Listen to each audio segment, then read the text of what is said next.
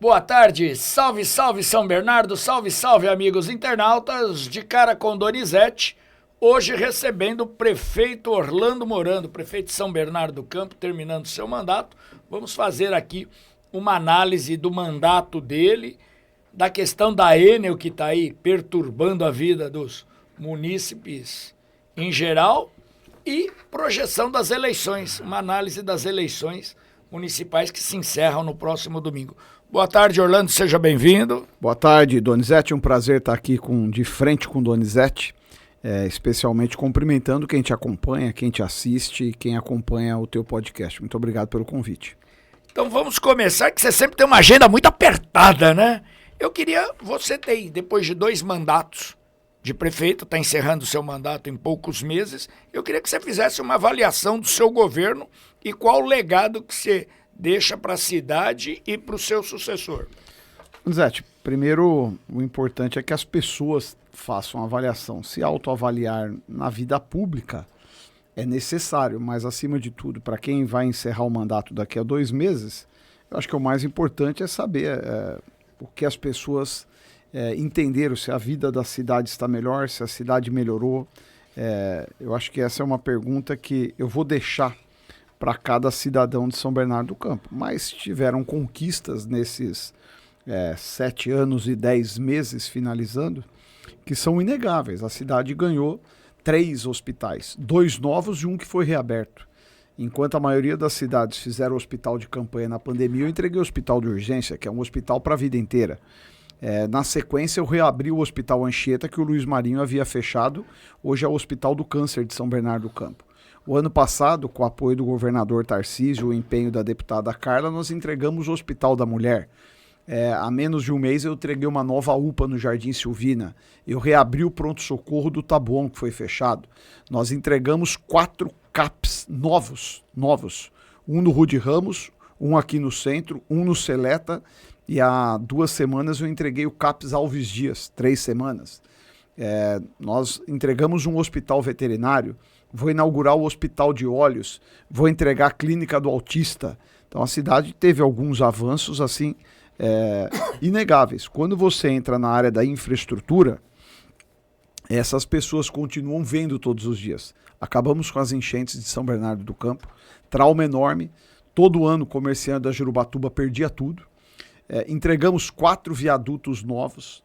Estou com a ponte estaiada em ritmo acelerado, estou com as obras do KM-16 em ritmo acelerado, o novo trevo do Riacho Grande, que a gente pretende entregar ele agora no mês de dezembro. Recapeamos mais de 1.700 ruas. Na porta aqui, asfalto novo. Onde eu estou fazendo o podcast, aqui é Santa Terezinha, né? Isso, região de Santa Terezinha. Tem asfalto novo na cidade inteira. Na região do pós-imigrantes, que é a região do Grande Alvarenga, divisa com Diadema, nós estamos investindo R$500 milhão.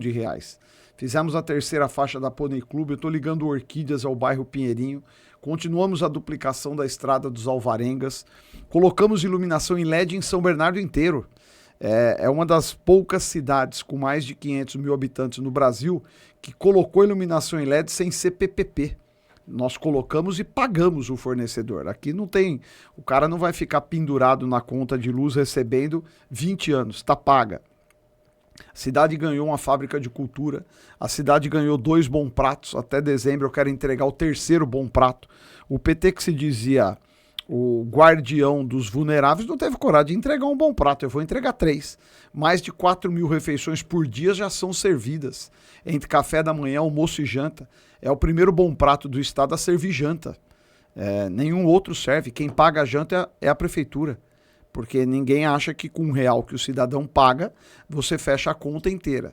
O LED já é 100% na cidade? Não tem nenhuma lâmpada de vapor de sódio, 100%.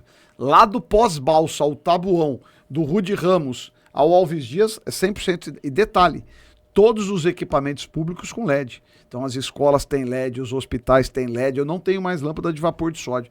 Nós estamos economizando 2 milhões por mês na conta. Olha o quanto subiu a conta de energia elétrica, eu pago hoje menos do que se pagava 8 anos atrás. A conta de luz da prefeitura é inferior ao que se pagava 8 anos atrás. Só que nesses 8 anos, Veio fábrica de cultura, veio Bom Prato, Aumentou veio os mais equipamentos, escolas, aumentaram. veio 25 Arena Park, que todas são iluminadas com LED. Tem muito. E um hospital, quanto gasto de energia elétrica? Eu entreguei 3. Entreguei 2, 0 e um que o Luiz Marinho fechou, que eu reabri. Então, nós aumentamos os equipamentos e gastamos menos com energia elétrica. Isso é gestão, isso é eficiência. Não temos mais carros oficiais na prefeitura, a frota é toda alocada. É um programa de desestatização de frota própria maravilhoso, que é necessário. As pessoas não têm ideia quanto custa uma prefeitura manter como tinha, que eu já vendi 606 carros e não fazem falta. Economizamos com motorista, porque hoje a maior parte que precisa do carro usa aplicativo. As viaturas da GCM são locadas a cada 2 anos. Viatura nova e custa menos do que custava no passado. Eliminamos 400 cargos comissionados. A cidade voltou a ter vida, ninguém pode negar. Já entregamos 47 mil escrituras. É o maior programa, pra você ter uma ideia. Nem a capital entregou a quantidade de escritura do que eu entreguei em 8 anos. O Luiz Marinho, em 8 anos, entregou 1.000 escritura. Eu, em 8 anos, vou passar de 50 mil. Uma gritaria dos seus adversários é que você deixou a cidade endividada, que é a segunda cidade mais endividada do Brasil, perdendo apenas para a capital do Rio de Janeiro. Olha, é uma desinformação. 3 bilhões de reais, se eu não me engano. É uma desinformação vergonhosa, principalmente quando parte de alguém que tem mandato na Câmara Municipal. Eles esqueceram de pedir quanto eu paguei dos meus antecessores. Eu paguei dos meus antecessores o mesmo volume que eu contraí. Eu paguei quase 3 bi e não é dívida, é empréstimo. Dívida foi o que o Luiz Marinho me deixou. Dívida de água sem pagar, conta de luz, conta de remédio, alimentação, medição de lixo. Isso é dívida. 220 milhões ele deixou devendo. Isso assim, eu tive que renegociar, tanto que a própria bancada do PT votou favorável ao pedido que eu parcelei a dívida com a Enel. 3 contas de luz atrasado. Agora, empréstimos que nós tomamos, do mesmo monte que eu peguei, eu paguei. Empréstimo que foi contraído pelo Maurício Soares, pelo DIB, pelo Luiz Marinho, eu estou pagando. Eu paguei 3 bilhões. E é importante que o cidadão saiba, estes empréstimos são tomados com autorização do Senado Federal. Se a prefeitura não paga, eles param de repassar os recursos ordinários do SUS, do Fundeb. Então a prefeitura deixa de receber as transferências do governo federal e o governo federal paga aquele que fez o empréstimo para o município, seja da CAF, seja do BID. Então, quando eu digo que é uma vergonha essa acusação leviana, eles deveriam ter perguntado quanto eu paguei de empréstimo, que é normal e é muito provável que o próximo prefeito pegue, porque, Donizete, a prefeitura não tem liquidez para fazer as obras necessárias sem uma tomada. E estes empréstimos internacionais têm juros subsidiados que são muito mais baratos. Agora, o próximo prefeito vai continuar pagando e vai ter crédito para tomar. Tamanha verdade, eu pude contrair novos investimentos porque eu elevei o rating do município de D- que eu peguei para A+. A cidade é superavitária hoje. Então, a tua pergunta é muito boa, que me permite dar a verdadeira explicação e não o rame-rame eleitoral. Uma outra questão que você é criticado pelos adversários é ter saído do consórcio intermunicipal do Grande ABC junto com São Caetano. Por que sair do consórcio, que é o pioneiro no Brasil? Primeiro porque ele se tornou insustentável. O consórcio custa muito caro ao município. São Bernardo estava pagando quase 400 mil reais por mês. Quando eu recebi a cidade, o Luiz Marinho pagava 11 milhões por ano. Imagina você que está em casa, saber que o teu imposto paga um consórcio de 7 prefeituras para ter uma reunião mensal e o município pagava quase 1 milhão de reais por mês. Eu me tornei presidente do consórcio, a primeira coisa que eu fiz foi cortar a contribuição de todos os municípios para metade. No ano seguinte eu reduzi mais um pouco, tanto que hoje a contribuição estava em torno de 350 mil reais, de quase 1 milhão. Ainda assim eu não me dei satisfeito, porque passado 4 anos, passada a minha reeleição, não faz sentido o município pagar quase 4 milhões e meio por ano, o que dá para fazer um CAPS, uma UBS, você pagar para participar de uma reunião mensal. Pergunte ao atual presidente do consórcio qual foi o plano de negócio que o consórcio contraiu para os municípios do Grande ABC nos últimos 8 anos? Nada. Não tem nenhum grande projeto do consórcio? Nenhum grande projeto. Nenhum.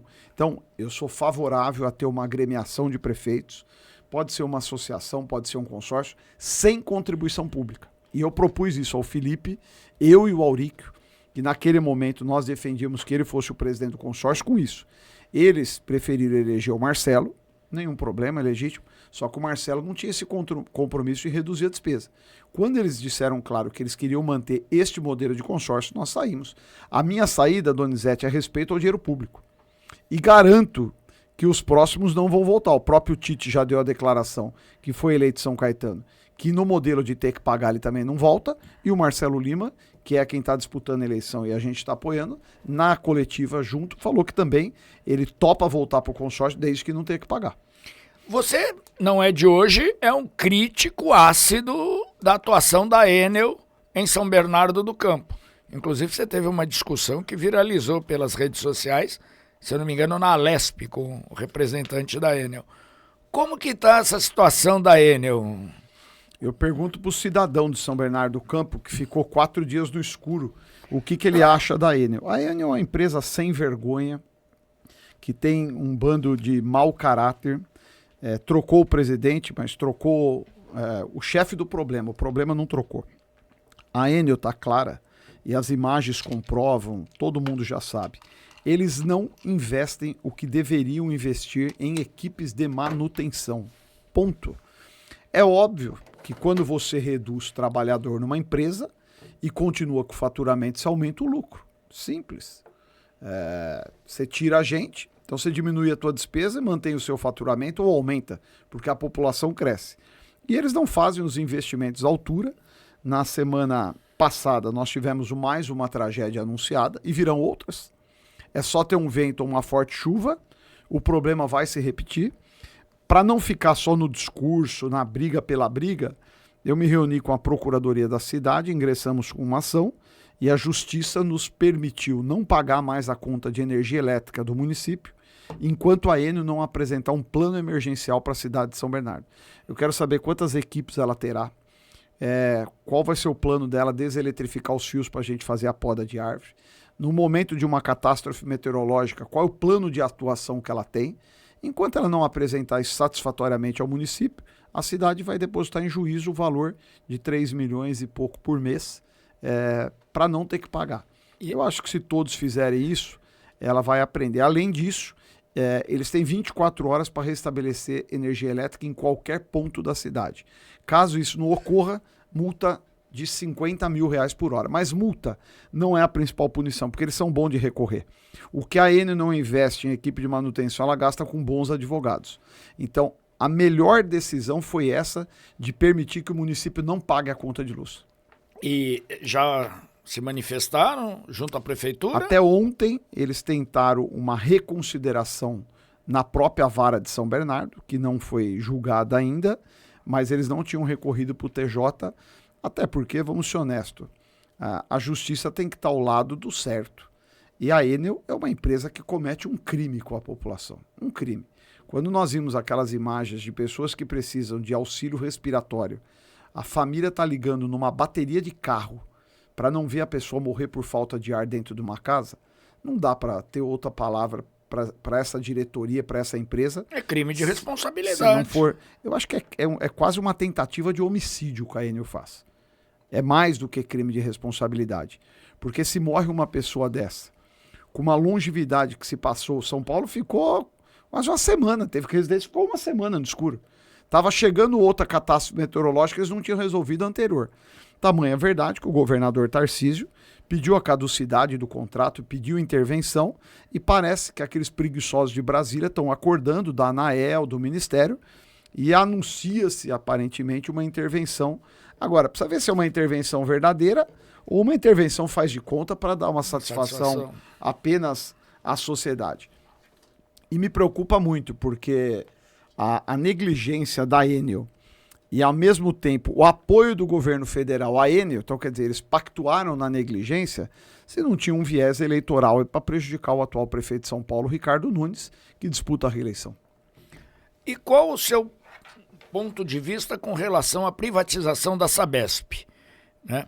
Temos aí, levando em conta que a água foi privatizada no mundo, esses serviços, e em 37 países, mais de 1.000 cidades estão reestatizando o serviço de água. E o prefeito de Ilhabela, se eu não me engano, Ilhabela,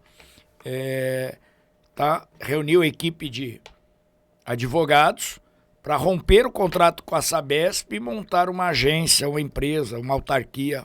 Vamos lá. Primeiro eu defendo os modelos de privatização. A privatização funciona.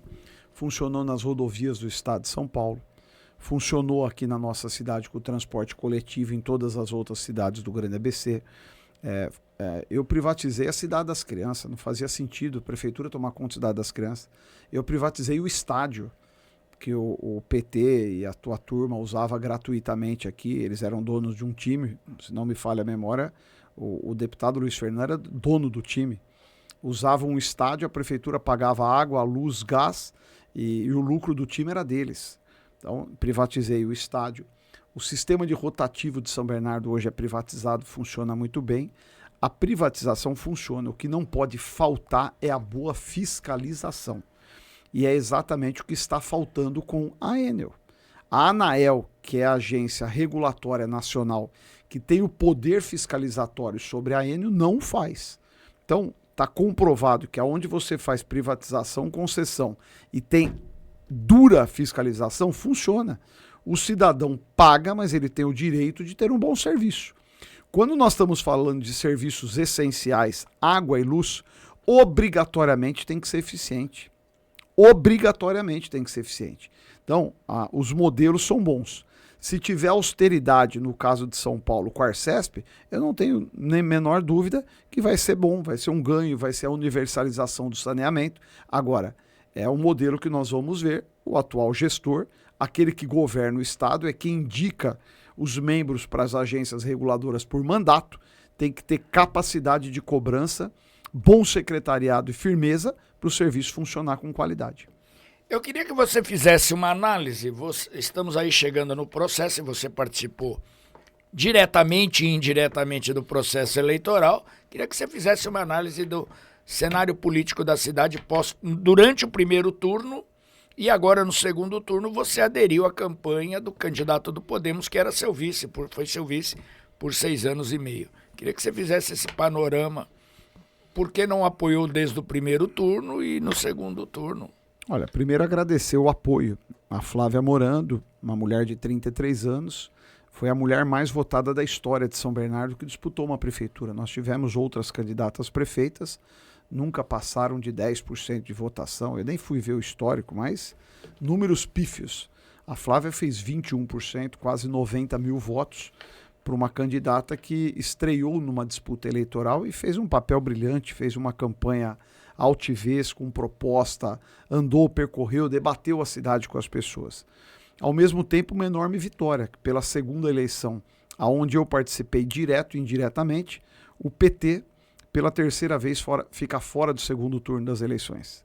Ficou fora em 2016, quando eu fui candidato e derrotei o Alex Manente.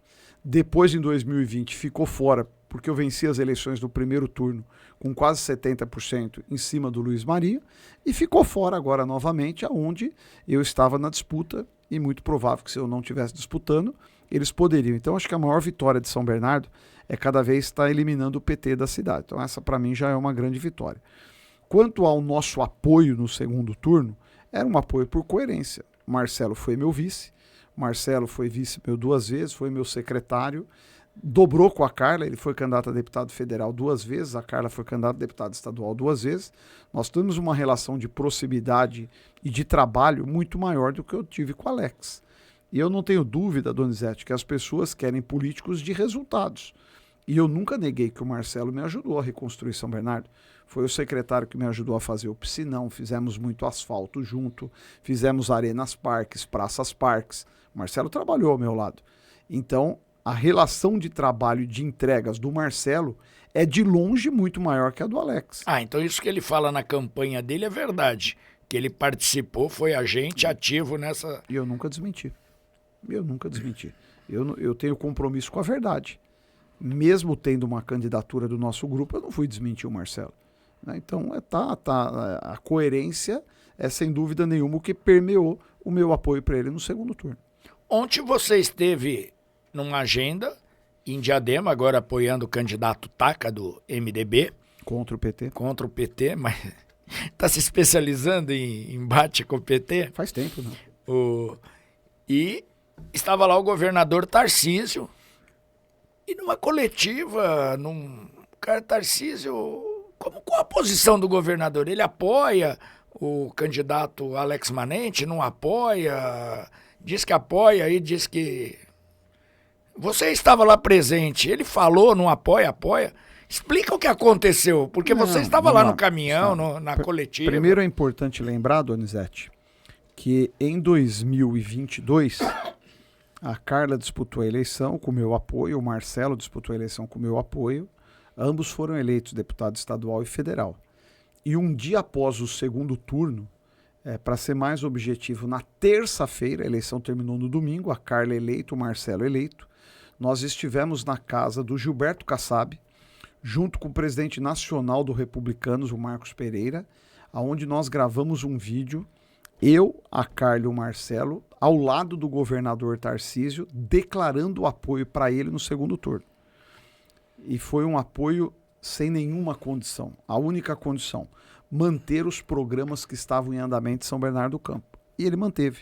A Praça Parque, Praça da Cidadania está em obra, os recursos para Ponte Estaiado estão sendo mantidos, as obras do CDHU, nós temos um pacote de obras do Cerro Azul, no Alvarenguinha, tudo com recursos do governo do estado. E foi esse o nosso trato com o Tarcísio. Então, este grupo sempre esteve ao lado do Tarcísio. Desde o segundo turno, nosso candidato do primeiro turno foi o Rodrigo Garcia, indiscutivelmente, a gente é leal. O Rodrigo não foi para o segundo turno, outro dia a gente estava ao lado do governador Tarcísio. Eu não vi nenhum vídeo do Alex Manente gravando apoio ao Tarcísio de Freitas no segundo turno das suas eleições. Como também não vi o Alex pedindo voto para o Bolsonaro. Eu não vi. Não vi. Eu gravei um vídeo, o Marcelo não, mas eu gravei um vídeo para o Bolsonaro ao lado do Rodrigo Garcia declarando meu apoio e postei nas minhas redes sociais. Então, o que eu percebo, o Tarcísio claramente entendeu que o nosso adversário em São Bernardo era o PT, que foi eliminado do segundo turno. Agora, nós respeitamos a posição do governador e vai ser respeitada. Na coletiva, quando eu fui declarar o apoio para o Marcelo, ficou claro, e você estava lá, o nosso apoio incondicional ao projeto do Tarcísio de Freitas. Eu não sei se ele é candidato à reeleição, a presidente da República. O projeto que ele estiver, nós vamos estar ao lado dele por acreditar. Ele tem ajudado São Bernardo, tem sido um governador parceiro. Então nós não podemos diminuir a importância do governador por uma disputa municipal. Então, o governador, na minha opinião, ele já entendeu que aqui os dois candidatos estão no mesmo campo, né? Pelo menos o Ele nosso. fala isso. Então, eu não vejo... tentam polemizar, enfim. Agora a gente respeita a posição, ele gravou um vídeo pro Alex. Agora, se ele vai vir à cidade ou não, é uma decisão dele, pessoal, e vai ser respeitada por nós. Até porque, Donizete, cada dia mais a gente entende, você vê o desempenho do Lula nas eleições municipais. Ele é o presidente da República. Foi o pior, foi horroroso. Foi horroroso. O Lula, aonde ele passou, raro. Boulos vai perder a eleição, acho que o Felipe vai perder a eleição em Diadema. As capitais, o PT está fora de quase todas as disputas, das 15 capitais que tem segundo turno. Se não me falha a memória, acho que o PT só está em uma ou em nenhuma. E o Lula é o presidente da República. O que nos remete isso? Que cada vez as influências externas influenciam mais, porque o povo já entendeu o seguinte: dia 1º de janeiro, quem vai estar aqui na cidade? É o prefeito. É ele que eu quero que me diga qual a solução dos problemas, né? Então, para mim está claro. Mas o governador tem sido um grande parceiro de São Bernardo do Campo, e isso é importante, eu faço questão de frisar aqui. A eleição também está virando uma guerra de nervos aqui em São Bernardo do Campo, né? O vice de Alex Manente é do PL, o partido do Bolsonaro. E outro dia, você com o Marcelo Lima se reuniu com 3 expoentes do PL na cidade. O prefeito eleito de São Caetano do Sul, Tite Campanella, e o prefeito reeleito de Ribeirão Pires, Guto Volpi, com seu pai, Clóvis Volpi, que foi deputado estadual, prefeito e tal. É uma guerra de nervos isso? É o PL rachado? Na verdade, é raro partido orgânico hoje, né? Na verdade, tanto o Tite entende que o Marcelo é o melhor e não tem uma relação de confiança com o Alex. O Clóvis Volpi é a mesma coisa, até porque foram aliados do Alex já. E também não tem essa relação de confiança, e da mesma forma o Guto. Então, nós o convidamos para que pudesse vir aqui, ajudar, participar, é importante, e principalmente por eles saberem que eles estarão no próximo mandato em São Caetano e Ribeirão, né? Eles são o futuro da cidade, bem como eu também não estarei aqui o ano que vem. Quem estará, se depender do meu apoio, será o Marcelo Lima. Então, é uma questão de confiança, e eles deixaram claro que confiam mais no Marcelo do que no Alex Manente. Você tem falado que não faz meia campanha, não existe meia campanha. Vestiu a camisa onda roxa ou seu apoio é só de internet? É você que responde, você está acompanhando a campanha. Agora responde você. Não, eu tenho te ver. Ele gosta de me colocar em fria, né? Agora você responde. Não, fala pro povo. Não, você responde. Eu tenho te visto nos então, eventos. Em todos? Todos. Então você respondeu. Você tem agenda de campanha hoje? 4.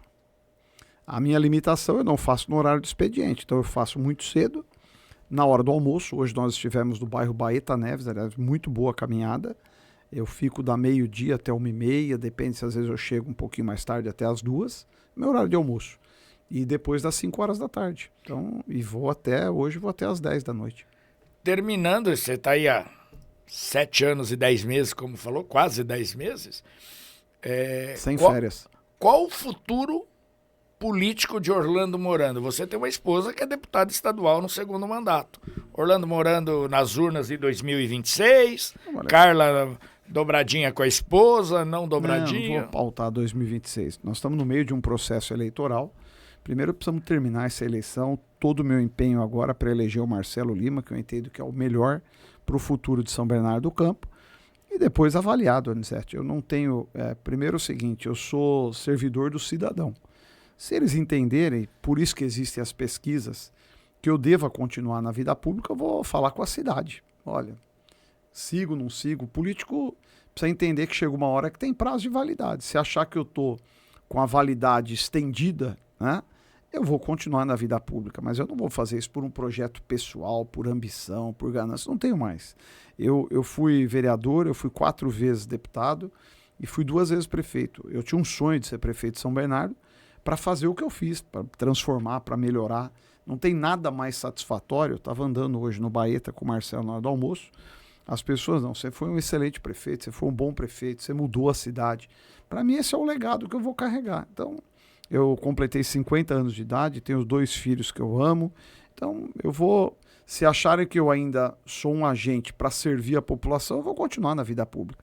Agora, eu não tenho projeto pré-definido, pautado por obsessão, ambição, nada disso. Eu tenho servir. Mas eu vou continuar na cidade, trabalhando, sendo voluntário onde eu puder ajudar, sem dúvida nenhuma. Alguns dos filhos, Orlandinho ou Antonella, nutre gosto pela política?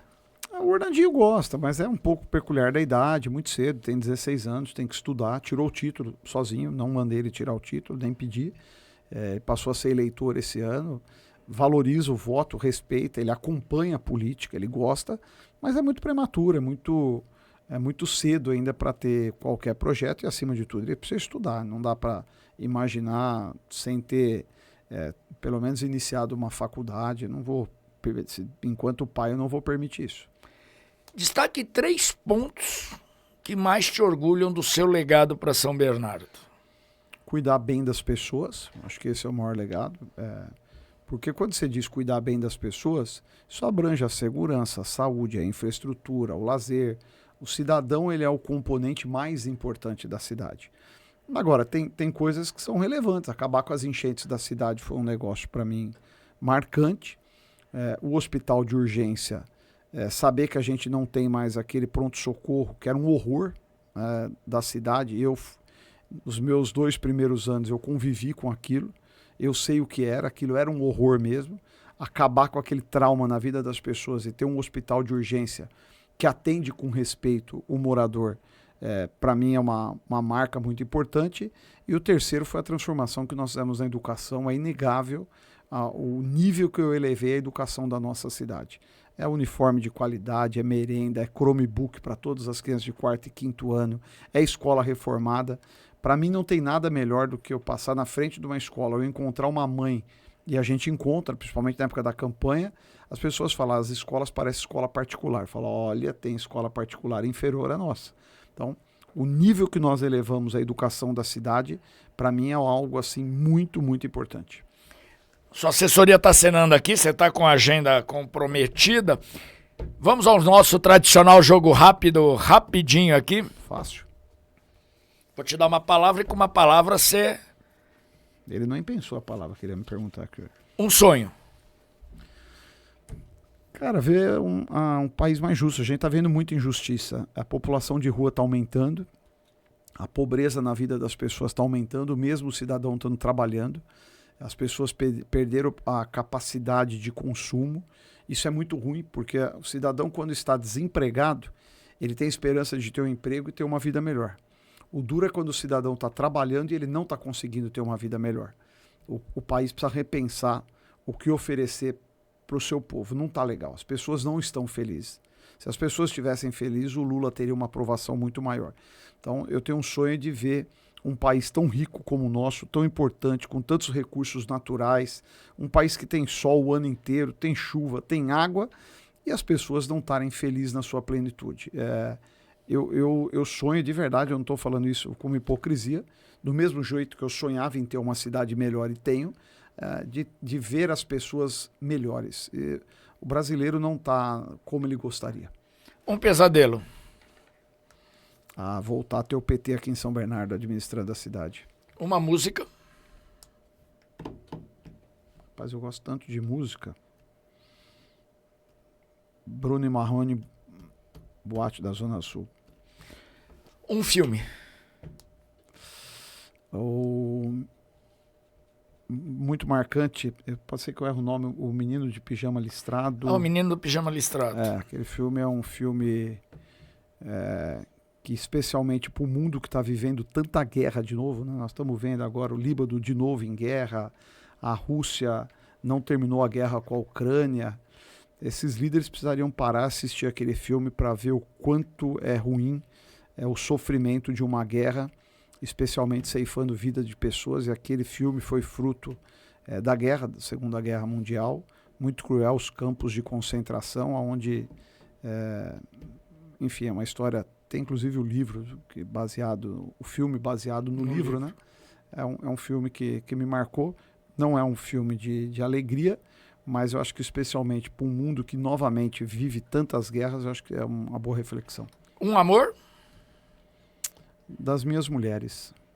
Minha mãe, a minha esposa e minhas filhas. Minha Ufa! Filha. Minha filha. Se amanhã aparecesse de olho roxo na prefeitura? Não, minhas mulheres, são 3. 3, ó. Inclui minha irmã, 4, eu gosto muito dela também. E a Flávia não entra nessa? Não, mas pô, tô falando, a minha irmã ajudou a me criar, pô. São relações diferentes. Minha mãe trabalhava muito e a minha irmã é mais velha. A Flávia é uma paixão nova. Mas é uma pessoa que eu respeito muito. Prato preferido? Todos que eu como aqui em São Bernardo do Campo, aliás, eu virei um especialista em gastronomia, mas eu tenho alguns pratos que eu gosto muito.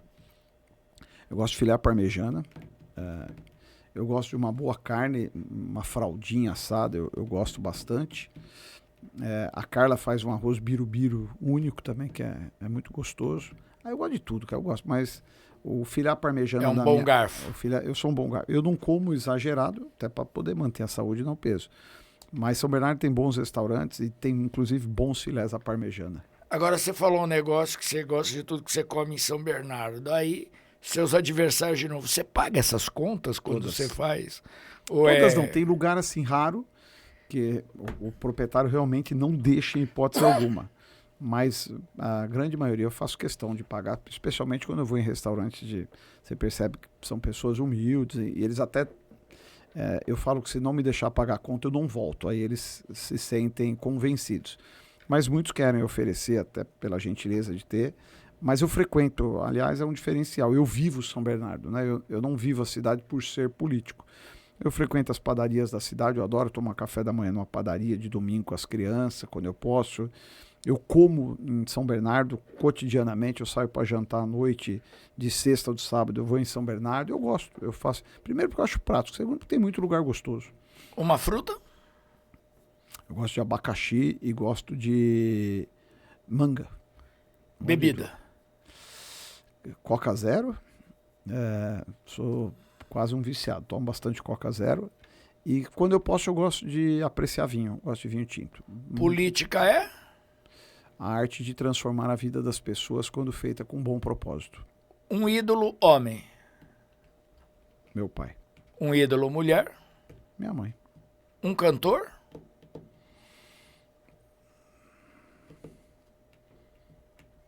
Pô, tem tantos bons.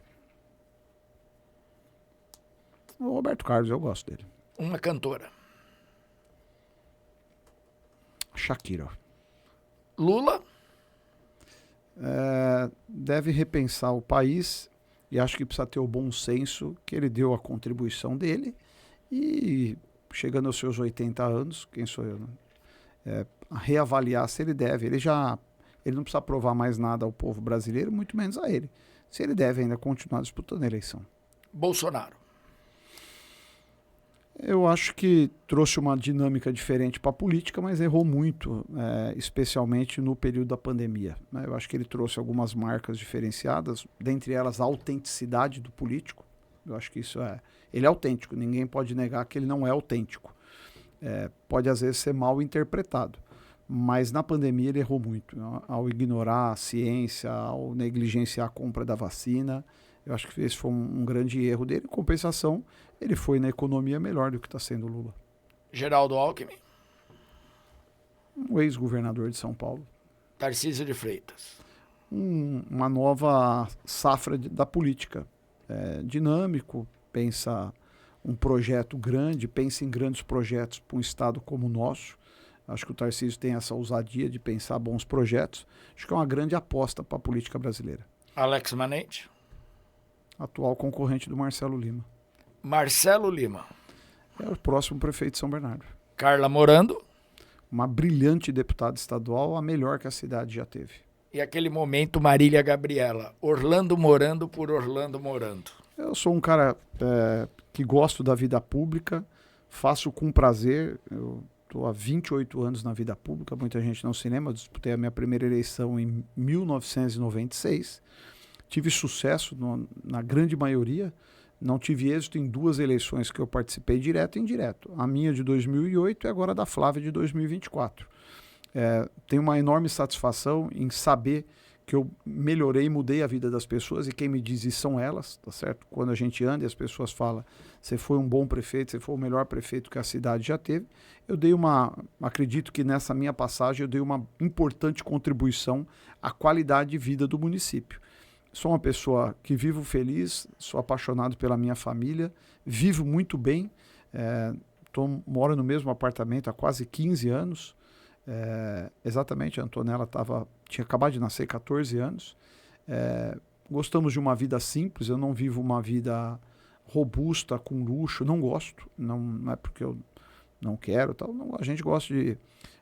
como muito em casa, para você ter uma ideia, vou em restaurante para provar, para final de semana. Quem cozinha? A Carla? A Carla cozinha muito bem, mas às vezes é para poupar. Se deixar, ela faz sábado à noite. A Carla gosta de fazer comida, domingo. Mas a gente gosta de uma vida simples, comer em família, comer com o pai, com a mãe dela, com os irmãos, com os meus irmãos. Isso para nós é muito legal. Eu não tenho uma vida requintada, né? Não tenho porque eu não gosto, não me faz falta isso, nem a mim, nem a Carla, nem aos nossos filhos. Mas a gente tem um amor em família que é bem legal. E nesse momento sinto muita falta do meu pai. Ele está há alguns anos já muito doente, então ele é vivo, mas com pouca reação com a gente. Isso me faz muito falta, ele sempre foi um grande companheiro. Orlando, aquela câmera é sua, você tem o tempo aí para dar seu recado à população Olha, de queria São Bernardo agradecer. e falar das eleições. O Donizete é um fofoqueiro importante da cidade, porque ele faz uma fofoca que é verdadeira. O duro é o fofoqueiro que mente, né? E eu tô aqui a gente tem muita diversidade, mas eu respeito, porque na política a gente precisa conviver com isso. E ele sabe, respeito a imprensa, tanto que eu tô aqui, eu já divergi muito dele, mas é importante, o homem público não pode viver escondido.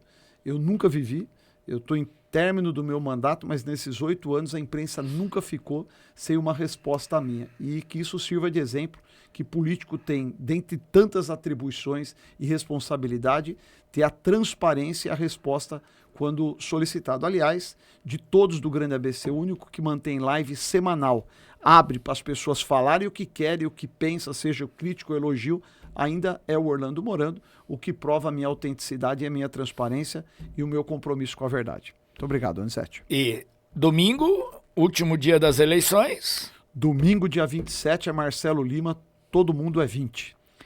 E você vê, ele provoca. Fofoqueiro. Rei morto, rei posto, né? Vai passar a coroa dia 1º de abril para dia 1º de janeiro. Não parei para pensar nisso. Vai depender muito mais do Marcelo, espero que seja ele o prefeito eleito, do que propriamente de mim. Dia 31 à meia-noite encerra meu ciclo. Então, a festa do dia 1º é de quem ganhou a eleição, né?